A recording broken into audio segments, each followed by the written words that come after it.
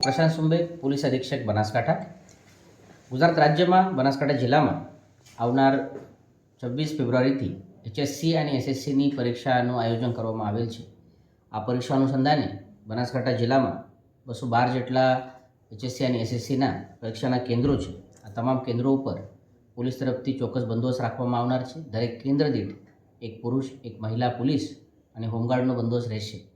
આ તમામ જે પોલીસ છે તેઓ પાસે HHMD રહેશે અને જે આવનાર વિદ્યાર્થી છે તે કોઈ બી પ્રકારની ઇલેક્ટ્રોનિક વસ્તુ અંદર લઈ ન જાય તે માટે આ ચકાસણી થશે.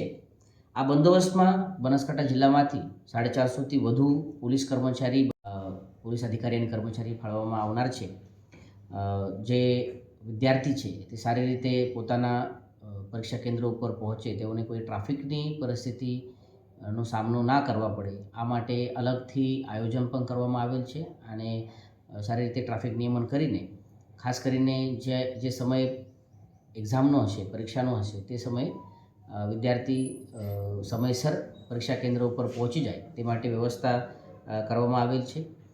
આના સિવાય હું આપના માધ્યમથી તમામને આ પણ વિનંતી કરું છું કે કોઈ પણ વિદ્યાર્થી, પાલક આ પ્રમાણે તેઓ વાલીઓ સાથે હશે અથવા એકલા હશે અને કોઈ પરિસ્થિતિમાં તે ફસાઈ જાય, ટ્રાફિકમાં ફસાઈ જાય અથવા કોઈ કારણસર તેઓ સમયસર પહોંચી શકે નથી એવું તેઓને લાગે તો તાત્કાલિક 112 જે અમારી હેલ્પલાઇન છે, અમારા કંટ્રોલ રૂમના નંબર છે, તેના ઉપર કોલ કરી શકે.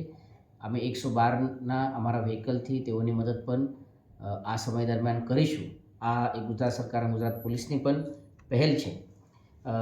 જે પરીક્ષાનું આયોજન કરવામાં આવેલ છે તે પરીક્ષા સારી રીતે થાય અને તેઓના જે ક્વેશ્ચન પેપર્સ છે, આન્સર પેપર છે તે યોગ્ય રીતે સ્ટ્રોંગ રૂમથી પરીક્ષા કેન્દ્ર પર પહોંચી જાય તે માટે પણ બંદોબસ્ત રાખવામાં આવેલ છે. સ્ટ્રોંગ રૂમ ઉપર પણ બંદોબસ્ત છે. આના સિવાય અન્ય કોઈ ગેરરીતિ ન થાય તે માટે પણ જે જુદા જુદા જાહેરનામા છે તેનો અમલ આ સમયમાં કરવામાં આવશે. સૌ વિદ્યાર્થીઓને આવનાર પરીક્ષા માટે મારા તરફથી બહુ બહુ શુભકામનાઓ. સારી રીતે અભ્યાસ કરીને આ પરીક્ષાને આપ સામે જાઓ તે પ્રમાણે આપ સૌને શુભકામનાઓ.